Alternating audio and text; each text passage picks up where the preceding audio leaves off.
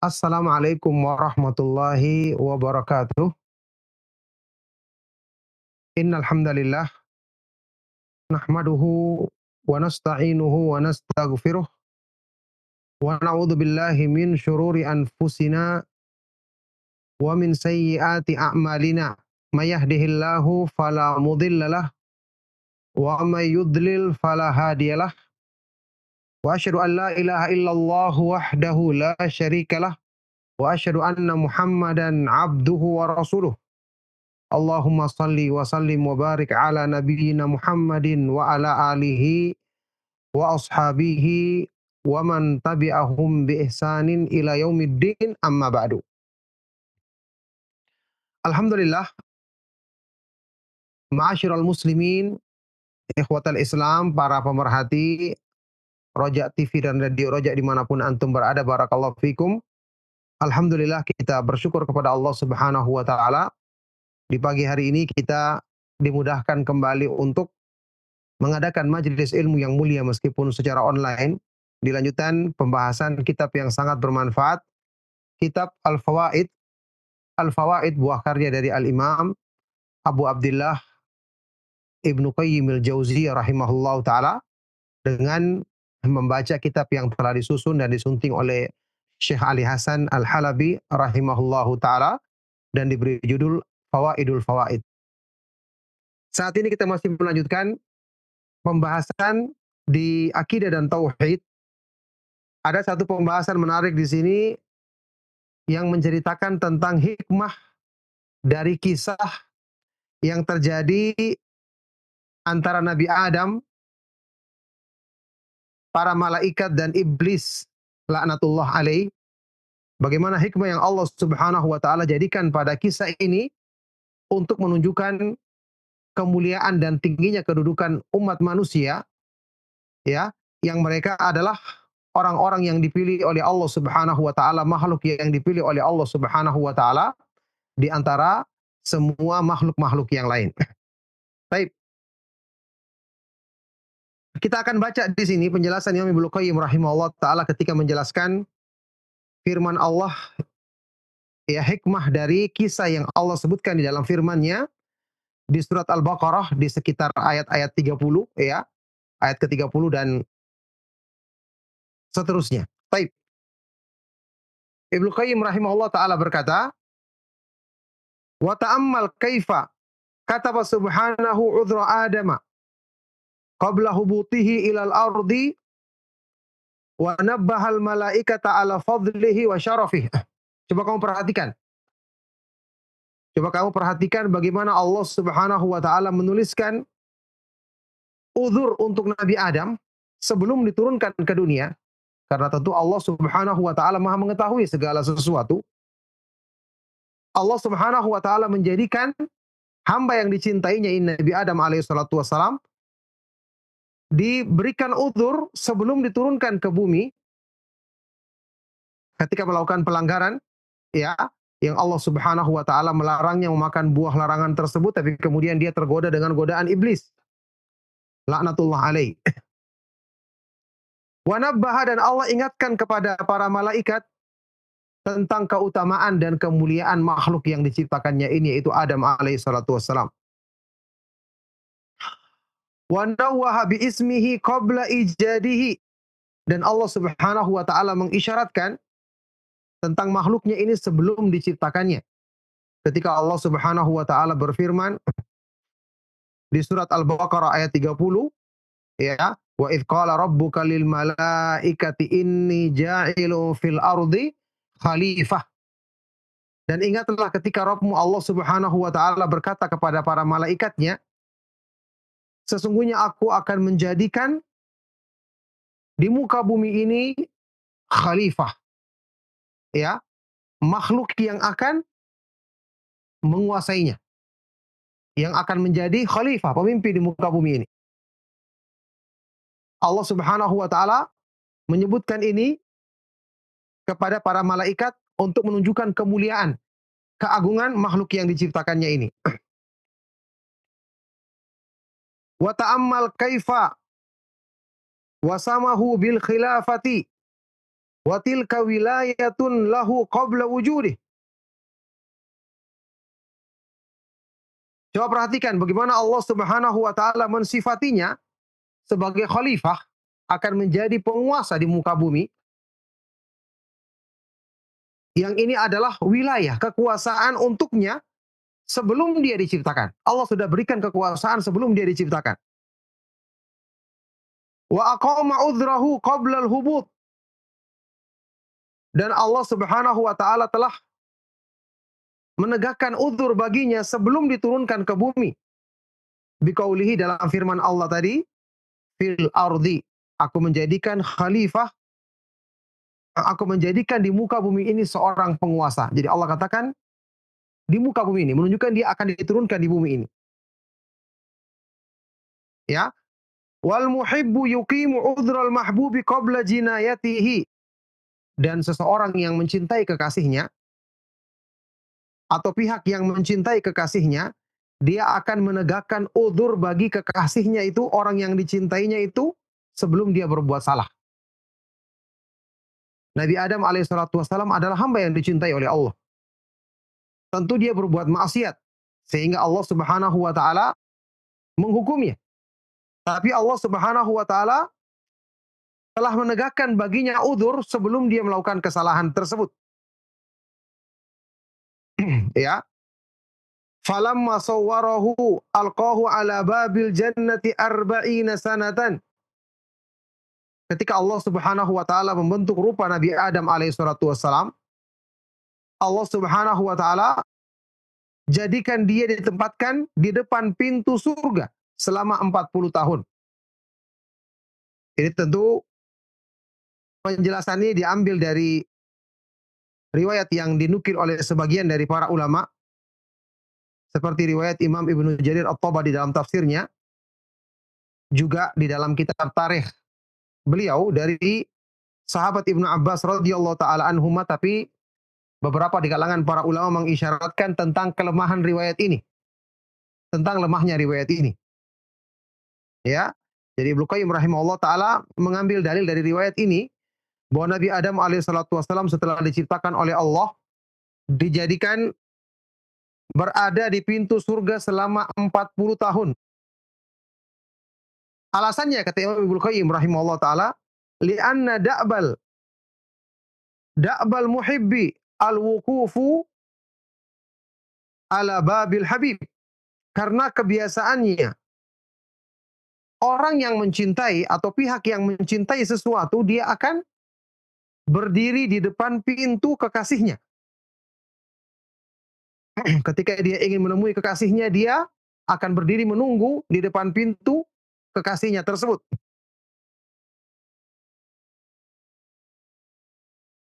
Wa rama bihi fi tariqidzul. Allah Subhanahu wa taala pertama kali melemparkannya di jalan kehinaan. Tujuannya untuk merendahkan dirinya agar dia tidak sombong. Seperti yang Allah Subhanahu wa taala sebutkan di dalam surat Al-Insan ayat ke-76. Ya, lam yakun syai'am madzkura. Sebelumnya manusia itu bukanlah sesuatu yang disebut, yakni sesuatu yang tidak ada. Tidak punya nilai sama sekali. Hal ata 'alal insani hinum minad dahri lam yakun syai'am madzkura. Belumkah datang kepada manusia satu masa, satu waktu dari sebuah masa yang ketika itu dia belumlah sesuatu yang disebut, belum ada sama sekali. Ini Allah Subhanahu wa taala sebutkan asal penciptaan manusia ini, menunjukkan hina dan rendahnya mereka ketika itu, supaya li'alla yu'jaba yauma usjudu, supaya dia tidak menjadi kagum, merasa bangga diri ketika Allah Subhanahu wa taala perintahkan kepada para malaikat dan iblis, ya, usjudu li Adam, sujudlah kalian kepada Adam. Allah Subhanahu wa taala mengingatkan ini untuk menjadikan hamba tidak merasa sombong dan angkuh atau bangga diri. Karena itu pasti akan menjadi sebab kemurkaan Allah Subhanahu wa taala. Baik. Wa kana iblisu yamurru ala jasadihi fayu'jabu minhu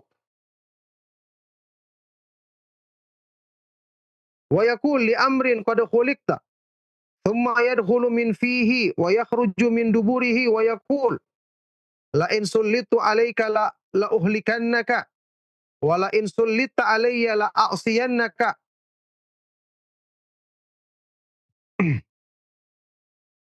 Dan iblis laknatullah alaih, ketika Nabi Adam telah disempurnakan penciptaan jasadnya, dia melewati jasad Nabi Adam. Kemudian dia merasa kagum dengan makhluk ciptaan Allah ini. Wa yaqul, dan kemudian iblis berkata, ya, li amrin qad khuliqta, karena satu urusan kamu telah diciptakan. Kemudian setelah itu iblis masuk ke dalam mulut Adam dan keluar dari duburnya dan dia berkata, sungguh jika aku nanti bisa menguasaimu, saya benar-benar akan membinasakanmu. Dan sungguh jika kamu dijadikan bisa menguasaiku, mengalahkanku, maka sungguh aku akan durhaka, tidak akan mengikuti perintahmu. Ini kelanjutan dari hadis yang tadi yang kita katakan, diisyaratkan kelemahannya oleh para ulama tadi, ya. Yang jelas inilah keadaan iblis bersama Adam alaihi salatu wassalam. Ternyata benih-benih permusuhan telah ada dari iblis yang memang penuh dengan kedengkian ini, dan ini menjadikan kita merenungkan hikmah kejadian yang Allah Subhanahu wa taala sebutkan tentang perintah para malaikat bersama iblis untuk sujud, ternyata dia durhaka. Disinilah kelihatan apa yang tersembunyi dalam dirinya, meskipun selama ini dia menampakkan seolah-olah taat kepada perintah Allah sebagaimana para malaikat. Ternyata iblis nampak keburukannya ketika menghadapi perintah Allah Subhanahu wa taala untuk sujud kepada Adam, ya, makhluk yang dianggap kedudukannya di bawah dia. Nah, walam ya'lam anna halakahu ala yadih.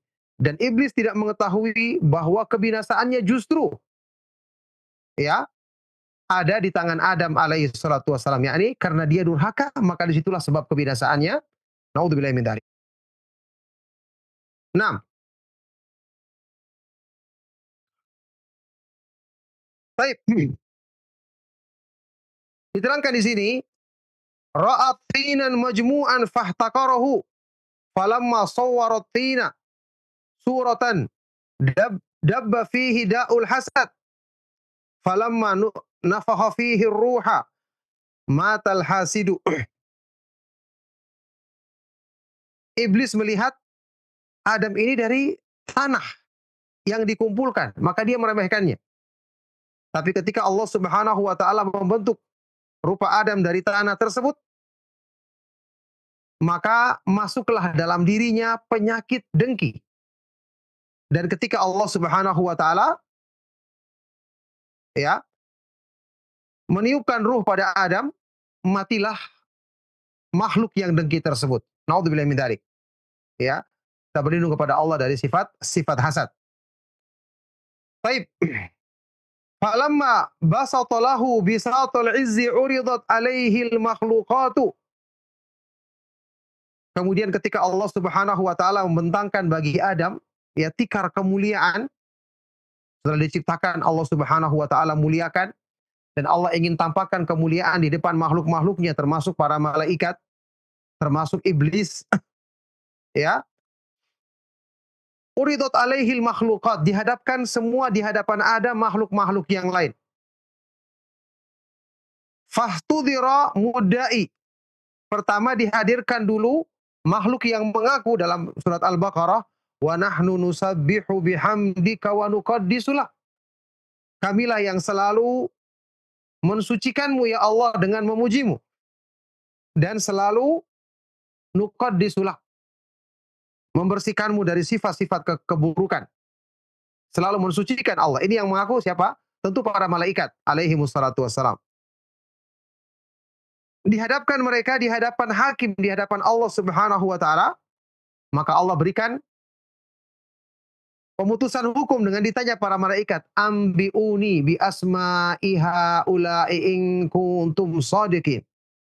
Kabarkanlah kepadaku tentang nama-nama makhluk-makhluk ini kalau kalian benar-benar lebih mulia dibandingkan Adam.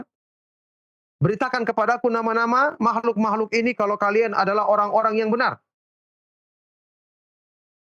Wa qad akhfal wakilu anhu bayyinata wa 'allama. Naam, yang mana ketika itu Allah Subhanahu wa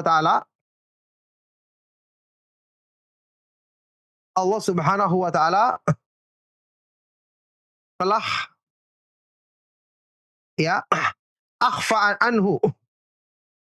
Allah Subhanahu wa taala menyembunyikan dari para malaikat bahwa dia telah 'allama Adam al-asma'a kullaha, telah mengajarkan kepada Nabi Adam semua nama-nama makhluk tersebut. Fanakasu ru'usad da'awi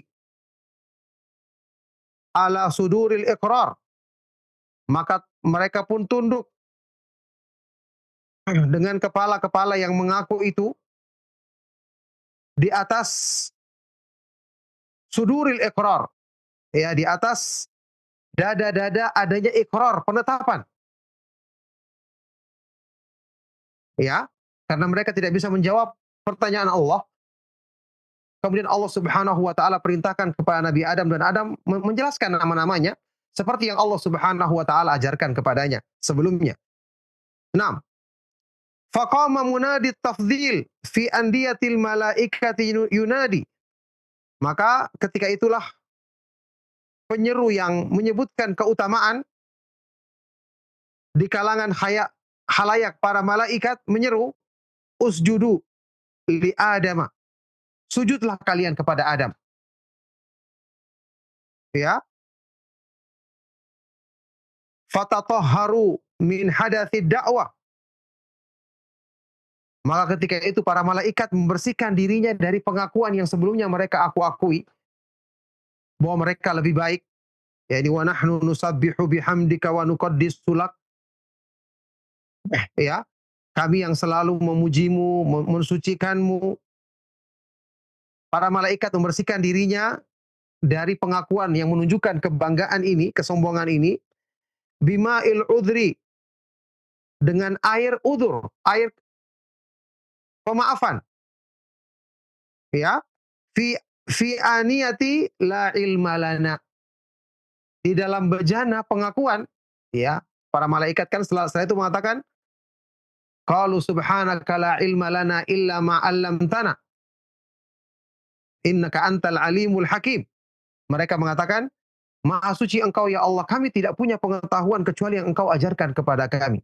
Sesungguhnya Engkaulah yang Maha berilmu lagi Maha sempurna hukum dan hikmahmu. Yani tadinya mereka ingin menyombongkan diri, kemudian mereka membersihkan diri. Para malaikat, hamba-hamba Allah yang selalu taat. Mereka mengakui mereka tidak punya ilmu kecuali yang Allah ajarkan kepada mereka. Fasajadu ala taharati taslim. Maka para malaikat pun sujud di atas taharah, di atas kesucian taslim, ketundukan. Wa qama iblisu nahiyatan lam yasjud, tapi iblis di sudut sana tidak mau sujud. Li'annahu khabathun. Kalau para malaikat tadi telah mensucikan dirinya dari sifat pengakuan yang tadi muncul sekejap, kemudian mereka bersihkan dengan kembali kepada Allah, mengakui kami tidak punya ilmu ya Allah selain yang Engkau ajarkan kepada kami. Akhirnya mereka pun setelah mensucikan dirinya, mereka pun sujud di atas toharah, di atas berwudu yang namanya taslim, tunduk kepada perintah Allah. Sementara iblis bangkit di pojok dan tidak mau sujud. Kenapa? Karena dia adalah khabath. Dia adalah najis. Dia adalah kotoran. Wa qad talawwana binajasatil i'tiradi. Dia telah mewarnai dirinya dengan keburukan najisnya i'tirad. Menolak perintah Allah, menentang perintah Allah.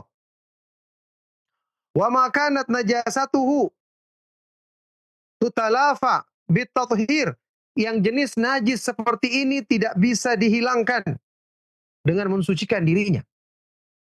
Kalau malaikat tadi bisa dia menghilangkan hal-hal yang sempat muncul pada diri mereka, adapun iblis tidak akan bisa hilang najisnya itu. Li'annaha ainiyatun, karena najis mereka itu adalah najis ainiyah, najis pada zatnya. Nah, falamma tamma kamalu Adam kila, maka ketika sempurna kemuliaan Nabi Adam alaihissalatu wassalam, ya, kila maka ada yang mengatakan la budda min khali jamalin ala wajhi usjudu. Mesti harus ada khali jamalin, yang kosong keindahannya di atas wajah usjudu. Ya, ini mesti ada pelanggaran yang terjadi ketika Allah memerintahkan usjudu, sujudlah. Fajarul qadaru bidzanbi, maka terjadilah takdir Allah Subhanahu wa taala dengan adanya pihak yang berdosa tidak mau melaksanakan perintah ini, yaitu iblis laknatullah alaihi yang menolak perintah Allah Subhanahu wa taala untuk sujud tersebut. Liyata'ayyana atharul ubudiyyati fi dzulli, supaya di sini jelas bagaimana dampak positif al-ubudiyah, penghambaan diri, ketika seorang hamba tunduk dan merendahkan diri kepada Allah Subhanahu wa taala. Jadi di sini, ya, Imam Ibnu Qayyim rahimahullah taala ingin menjelaskan tentang bagaimana hikmah besar di balik semua kisah yang Allah Subhanahu wa taala ceritakan tentang peristiwa yang disebutkan di beberapa ayat di surat Al-Baqarah tadi. Tentang Allah Subhanahu wa taala menjadikan kisah Nabi Adam alaihi salatu wassalam, sudah pernah kita jelaskan di pertemuan kita yang lalu. Mungkin waktu kita membaca kisah Nabi Adam alaihi salatu wassalam yang durhaka, melanggar perintah Allah, kita akan membayangkan Nabi Adam ini adalah makhluk yang sangat mudah tergoda. Atau kita katakan mungkin yang sangat gampang berbuat maksiat. Sangat gampang lalainya. Ini tidak benar. Nabi Adam alaihissalatu wassalam adalah seorang yang mulia, hamba yang dicintai oleh Allah. Lihat bagaimana Allah Subhanahu wa taala memuliakannya. Sampai Allah Subhanahu wa taala menciptakan Nabi Adam, disebutkan oleh Rasulullah SAW, khalaqallahu Adam ala suratihi. Allah Subhanahu wa taala menciptakan Nabi Adam di atas bentuk yang Allah muliakan. Karena Allah Subhanahu wa taala sendiri yang menciptakannya, ya, dan menjadikan makhluk yang dimuliakan di sisinya, ya. Yakni Allah Subhanahu wa taala menciptakan sendiri dengan tangannya yang maha mulia. Ini menunjukkan tentang kemuliaan Nabi Adam alaihissalatu wassalam, bukanlah seperti yang mungkin dalam benak sebagian orang bahwa dia makhluk yang sangat gampang durhaka, tidak. Ya, justru di sini kita melihat memang godaan iblis itu sangat luar biasa sampai orang yang semulia dan sekuat Nabi Adam bisa digodanya. Apalagi kemudian keturunannya seperti kita yang tentu lebih lebih jauh dari sifat-sifat kemuliaan yang ada pada bapak kita Nabi Adam alaihissalatu wassalam. Jadi kita harus ingat di sini Nabi Adam itu hamba Allah yang kuat, tapi godaan iblis demikian kuat sehingga bisa mempengaruhinya dan menjadikan dia terjerumus ke dalam jebakan atau perangkap iblis tersebut untuk tujuannya agar menggoda dia dan menjauhkannya dari ketaatan kepada Allah Subhanahu wa taala.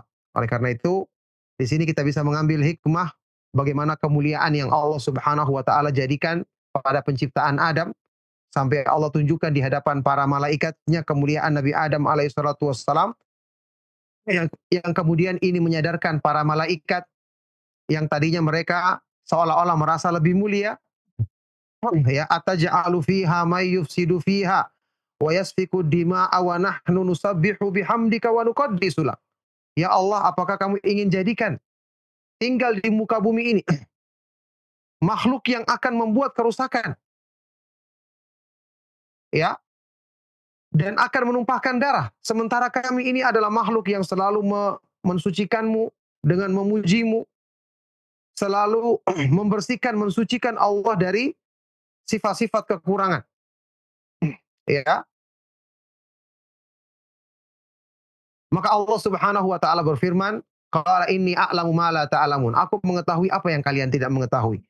Allah tampakkan dalam ayat-ayat ini tentang bagaimana kemuliaan Adam alaihissalatu wassalam dengan ketika ditanyakan kepada para malaikat nama-nama dari makhluk-makhluk tersebut, mereka mengatakan, "La ilma lana," kami tidak punya ilmu. Mereka mengakui keadaan mereka sendiri. Di sinilah mereka mulai merendahkan diri, mulai membersihkan diri dari tadi sifat yang mengaku lebih mulia. Maka setelah itu Allah Subhanahu wa taala pun memberikan taufik, memudahkan mereka untuk melaksanakan perintahnya, yaitu mereka sujud kepada Nabi Adam alaihissalatu wassalam, sedangkan iblis dengan kesombongannya, maka dia tidak mau sujud karena dia adalah najis, ya, yang telah mengotori dirinya dengan najis i'tirad, berpaling dan menentang perintah Allah Subhanahu wa taala, maka ini menjadi sebab kebinasaannya waliyadzubillah. Jadi di sini menunjukkan kemuliaan makhluk manusia ini yang tentu mereka akan semakin mulia ketika taat kepada perintah Allah Subhanahu wa taala, dan penting di sini kemuliaan mereka bukan berarti kita katakan, "Oh, Nabi Adam itu mulia padahal dia sudah melanggar larangan Allah." Tidak. Dia mulia ketika dia bertobat dan kembali kepada Allah Subhanahu wa taala. Karena Nabi Adam setelah melakukan pelanggaran ini bertobat. Fatalaqqa Adamu min rabbih kalimatin fataba alaih. Maka Nabi Adam alaihissalatu wassalam menerima kalimat-kalimat dari Rabbnya, dan kemudian Allah Subhanahu wa taala memberikan tobat atau pengampunan kepadanya. Maka inilah kemuliaan seorang hamba yang tahu dirinya banyak berbuat salah adalah dengan segera kembali bertobat dan mohon ampun kepada Allah Subhanahu wa taala. Dengan sebab inilah Allah Subhanahu wa taala akan semakin memuliakan dan mencintai hambanya. Makanya di dalam Al-Qur'an Allah Subhanahu wa taala menggandengkan Al-Ghafur namanya, di salah satu ayat Al-Qur'an Allah menggandengkan namanya Al-Ghafur dengan Al-Wadud. Wa huwal ghafurul wadud, dan dialah yang maha pengampun lagi mencintai hamba-hamba yang beriman. Maka orang yang bertobat mendapatkan maghfirah, pengampunan dari Allah Subhanahu wa taala.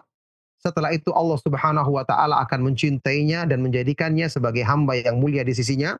Semoga Allah Subhanahu wa taala memudahkan kita untuk mendapatkan kemuliaan ini, mengikuti bimbingan dalam petunjuk Allah Subhanahu wa taala untuk selalu berpegang teguh dengan agamanya, bersandar kepadanya, dan selalu bertobat dan kembali kepada Allah Subhanahu wa taala ketika melakukan perbuatan dosa atau kesalahan, perbuatan maksiat. Nah, barakallahu fikum.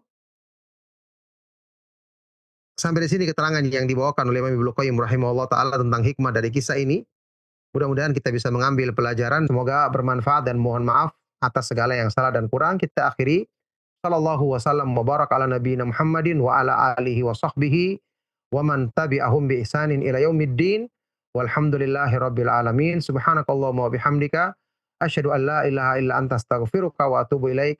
Wassalamualaikum warahmatullahi wabarakatuh.